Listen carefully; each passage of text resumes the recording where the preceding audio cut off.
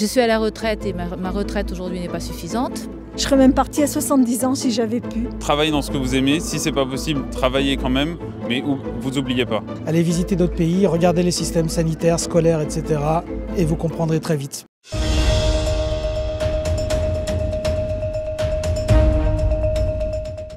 Alors première question, est-ce que vous considérez votre travail comme une manière de vous accomplir ou est-ce que pour vous c'est uniquement pour gagner votre vie ? Non, j'ai fait d'autres types de jobs avant de faire ce travail-là et celui-là c'était vraiment pour m'accomplir, à la base. Ok, merci. De m'accomplir, parce que j'étais passionnée, alors donc j'y ai consacré 47 ans de ma vie, donc je pense que c'est de la passion. Je pense que c'est important de travailler. Surtout parce que, par exemple, je ne me verrais pas ne rien faire de mes journées si j'avais l'argent, on va dire, gratuitement. J'ai postulé à la base à la Direction Générale des Finances Publiques pour le service public, en fait, pour rendre service à la population. Et je sentais que j'étais utile dans les premières années.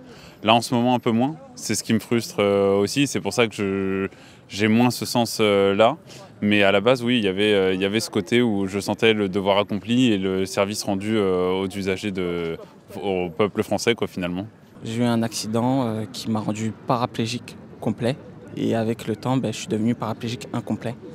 Et depuis ce temps-là, je faisais juste avant un CAP pâtisserie qui j'ai pas pu le terminer.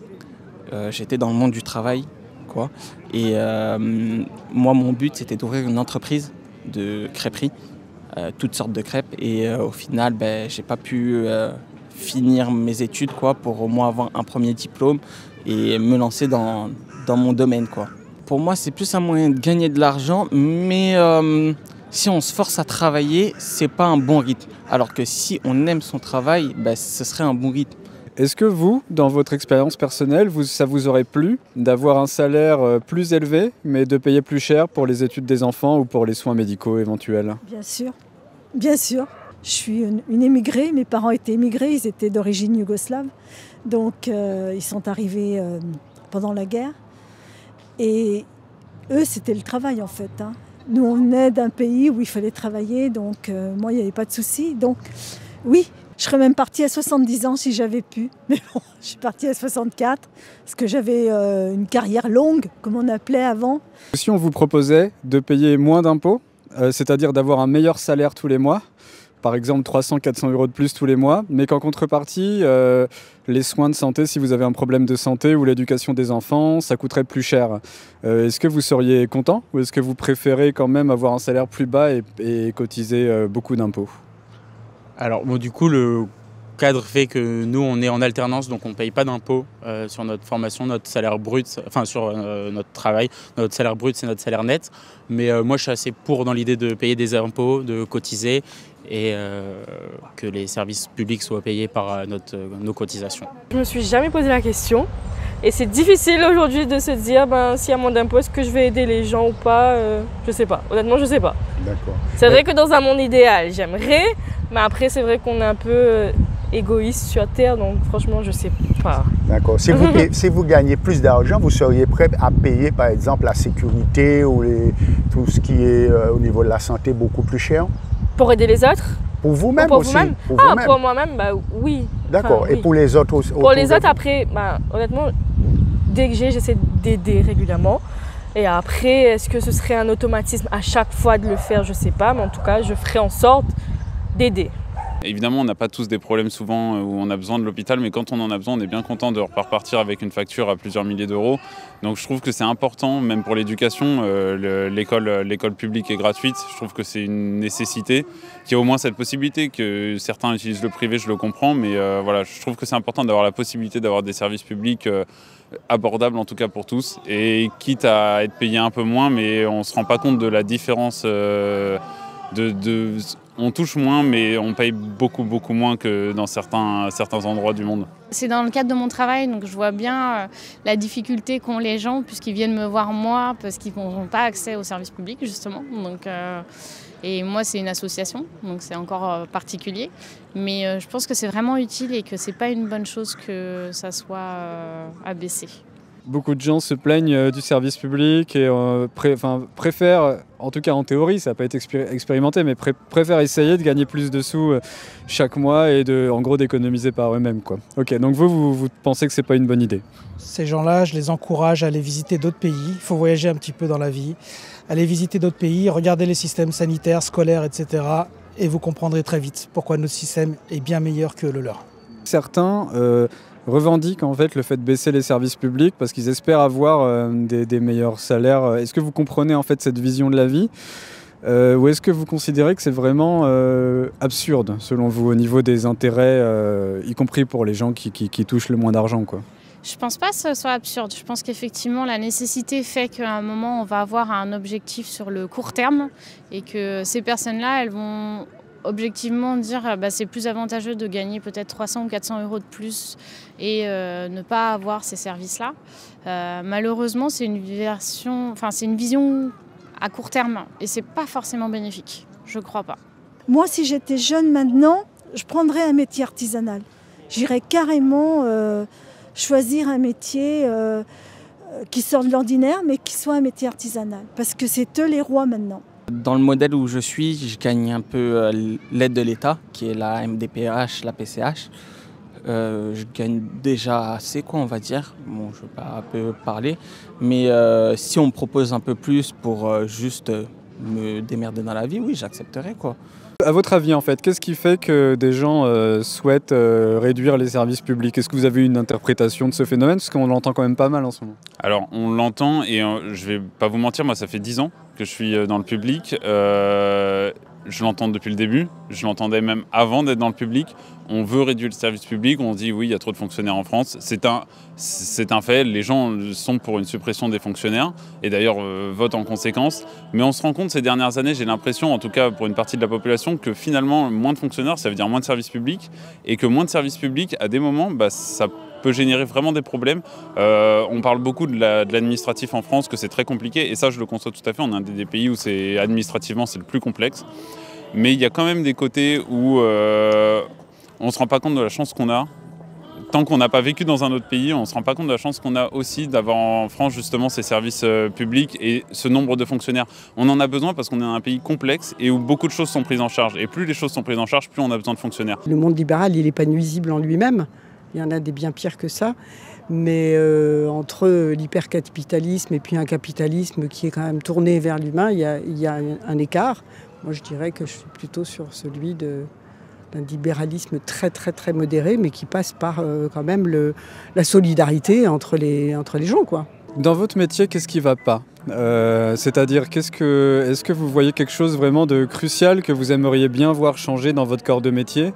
Que ce soit au niveau de l'état d'esprit ou alors au niveau des moyens qui vous sont donnés pour agir, etc. etc. Qu'est-ce qui vraiment vous embête dans votre métier? Alors, mon devoir de réserve m'oblige à parler qu'à titre personnel et uniquement subjectivement. Dans mon métier actuellement, mon emploi actuellement, c'est plus un état d'esprit et qui dépend en fait des moyens qu'on nous donne. C'est que moins on a de moyens, moins on peut mettre en place des choses qu'on aimerait mettre en place pour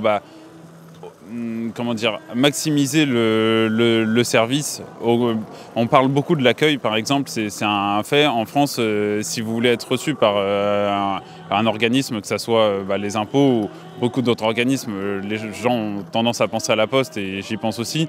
Les horaires d'ouverture sont des horaires de travail auxquels on n'a pas accès, etc. Bien sûr, nous aussi, on aimerait ouvrir plus et recevoir tout le monde. On voit les gens, moi je travaille dans le 20e arrondissement, il y a un accueil démentiel quand c'est ouvert, parce que c'est très peu ouvert. Mais c'est pas parce que c'est pas ouvert qu'on n'est pas, nous, en train de travailler, c'est juste qu'on n'a pas les moyens d'ouvrir et de travailler en même temps. Donc on aimerait avoir les moyens de le faire, mais on est obligé de faire des choix à cause des difficultés, que ce soit en termes de nombre d'employés, mais aussi en termes de ressources informatiques, de ressources matérielles qui nous sont données. Je trouve que mon travail s'est dégradé ces dernières années et va se dégrader dans les prochaines années. malheureusement. Et ça se dégrade, c'est-à-dire vous avez en charge plein de personnes et vous n'êtes pas aidé, ou c'est ce genre de choses? Alors c'est ça, c'est aussi le fait qu'on n'arrive pas plus à recruter. Comme dans tous les hôpitaux, on est en manque d'infirmières, on est en manque de personnel soignant et aussi d'autres types de professions, mais essentiellement de soignants. Et on nous demande d'en faire toujours plus avec toujours moins de moyens. Dans le cadre de mon travail, je dois me battre contre l'administration pour avoir des informations. Je sais que j'ai connu d'autres établissements où c'était plus difficile et justement, le but c'est de faire le plus de profit avec le moins de moyens déployés. Et donc c'est plus un objectif de satisfaire le client, c'est un objectif de tirer le maximum de profit et du coup c'est au détriment des employés, je dirais. Oui, j'ai envie de dire du bien-être aussi bien des employés que des clients d'ailleurs, à mon avis. Oui, c'est ça. Après le client s'en rend pas forcément compte, justement. C'est parce que vous bossez bien, je pense. Oui, on essaye, c'est le but. Et vous, qu'est-ce que vous auriez à dire? J'aurais également dit par rapport aux sous-effectifs dans beaucoup de restaurants ou hôtels, qui aussi après il y a une surcharge mentale du personnel et qui du coup fait que finalement des fois même quand une personne en plus ça soulage beaucoup tout le monde et on se rend aussi compte que quand les équipes marchent bien, les clients sont plus contents après aussi. Maintenant, l'apprentissage a changé, la méthode de l'apprentissage, on donne à l'école qui a des apprentis, on lui donne un coût par apprenti. Par exemple, un métier d'infirmière, c'est 12 000 €.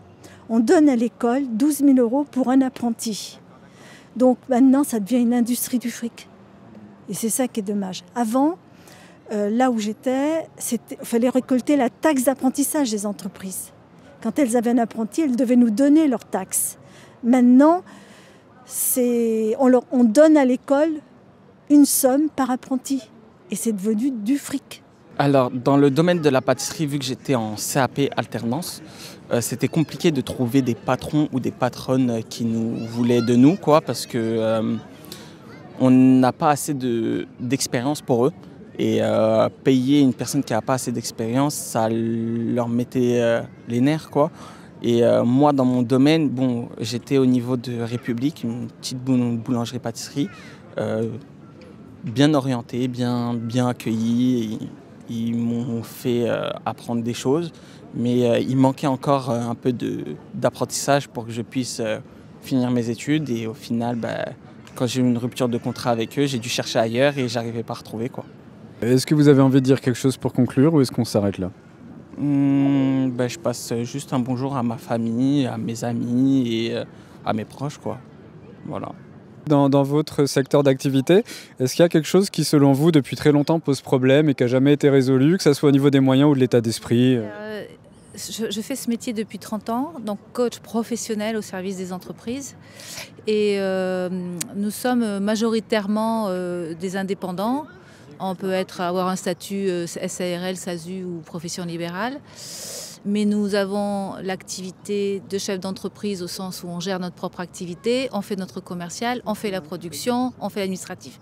Et aujourd'hui, l'administratif et les exigences administratives sont colossales. Elles nous prennent encore plus de temps sur le plan bureaucratique. Nous créons de la valeur ajoutée parce qu'on collecte de la TVA, on paye nos charges, on crée de la valeur ajoutée. Mais nous sommes des indépendants et nous n'avons pas de pouvoir de parole. Et j'avais contacté un député il y a quelques années pour essayer de lui faire prendre conscience. Ça ne l'intéressait pas, on est trop petit. Je suis à la retraite et ma retraite aujourd'hui n'est pas suffisante, même si j'ai cotisé régulièrement. Et je continue à travailler. Et l'argent que j'ai laissé dans mon entreprise pour parer et compléter ma retraite, aujourd'hui, si je veux récupérer cet argent, je vais en donner 30% à l'État.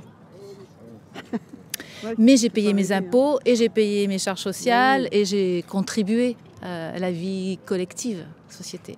Travaillez dans ce que vous aimez, si c'est pas possible, travaillez quand même, mais vous oubliez pas. Mais je comprends l'appel à la peur, je comprends que aujourd'hui la manipulation qui se fait par rapport à ça. Et c'est humain, il n'y a pas de jugement. Simplement comment on s'ouvre pour avoir moins peur et commencer à bosser ensemble.